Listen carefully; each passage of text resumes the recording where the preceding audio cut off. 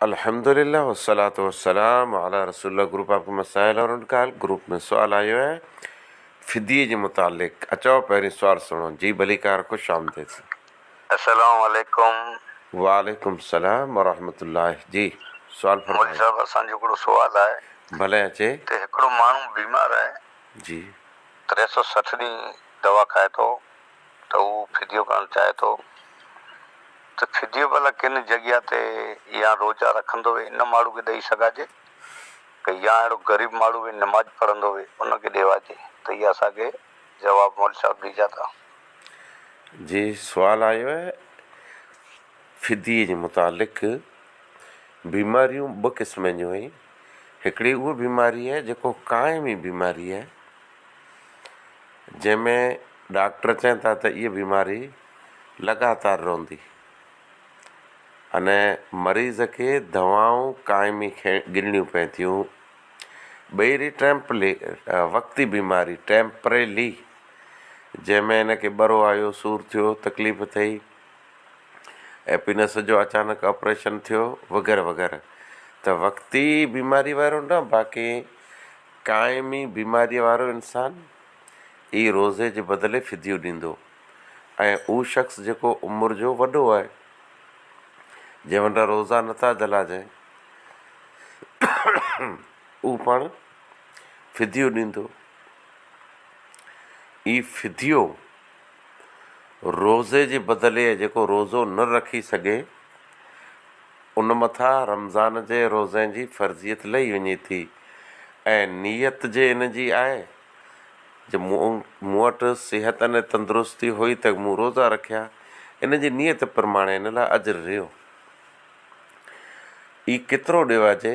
शरीयत में हुकुम आहे, सूर बकर जे अंदरि अलाह ताला फरमाए हिकिड़े मिसकीन जी खुराक। बहितर इहा आहे जे मिसकीन होए 30 मिसकीन खे भेरा जेकॾहिं कंहिं हिकिड़े जे ॾींहुं खाराए छॾिया त इहे इन लाइ काफ़ी आहे। अथवा हिकिड़ो मिसकीन तंहिंखे रोज़ु खाराए 30 ॾींहं, इहे इन लाइ काफ़ी आहे। पण थिए ईअं थो जे मिसकीन तलाश करे इनखे रोज़ु घुराइणो, अने उनजो पाण इज़त नफ़्स जो मसइलो वेहे थो, तौहिन जो डपु वेहे थो। जो आऊं मिसकीन रहियोसि त दर दर भटकी ने अॼु हिन जे दर ते वेठो आहियां, अहिड़ो बणाए। इन जो पाण अदब एतिराम जो ख़्यालु रखियो खपे।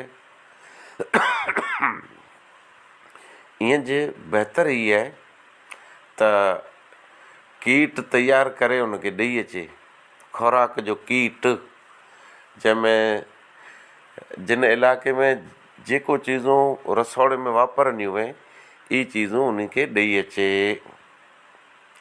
पाण केतिरियूं ॾेई अचे, कुरो ॾेई अचे, ई मसइलो आहे।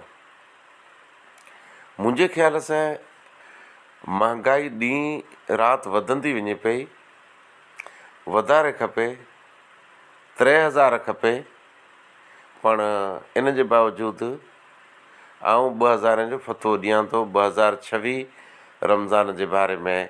अने हमेशह ई न हूंदो, जेकॾहिं सस्ताइण थई त घटंदासूं, पण सस्ताइण जी कोई उमेद न आहे। महांगवारी वधंदी वञे पई। 2000 रुपया तंहिंजो 2026 में आउं फ़तवो ॾियां थो त 2000 जी खुराक गिनी कीट तयारु करे मिसकीन खे ॾेई अचे।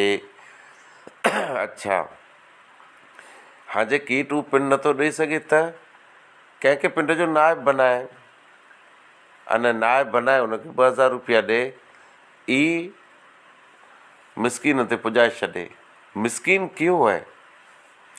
मिसकीन उहो मुस्लिम जेको ज़कात गिने जो हक़दार आहे, जंहिंखे शरीयत में ज़कात ॾिवाजे थी, ई मिसकीन आहे। उहो मिसकीन जेको इन जी खुराक जे ज़रिए रोज़ा रखंदो, उहो रोज़ा पिंड जा रखंदो। केरु ईअं न सम्झे जे मूं हिनखे कीट ॾिनो आहे न उहो रोज़ा रखे पियो, उहो मुंहिंजा रोज़ा रखे पियो।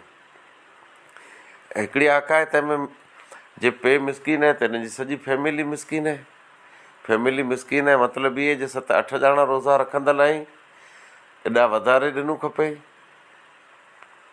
उहे रोज़ा रखें था, पिंड जा रोज़ा रखें था, उहे पंहिंजा रोज़ा नथा रखें, पर पाण रोज़े जी फर्ज़ियत लथी अने पाणखे सवाबु मिलियो। 2000 रुपया तंहिंजो फतो आहे। मिसकिन तलाश कयो, उन ते पुॼायो। इन जो वक़्तु बहितर ई आहे त शुरू में ॾेई छॾियो। मूंखे अक्सर फतवा पुछनि था 6 ॾहें में या ईद थी वञे त न, पहिरीं ॾेई छॾियो अने तयारी कयो। जे कंहिंखे मिसकिन जी तलाश होए अने मिसकिन नथो मिले त 99 अरिड़हं 68 64 मुंहिंजा नंबर आहे, इन ते आई राब्तो करे गिनो।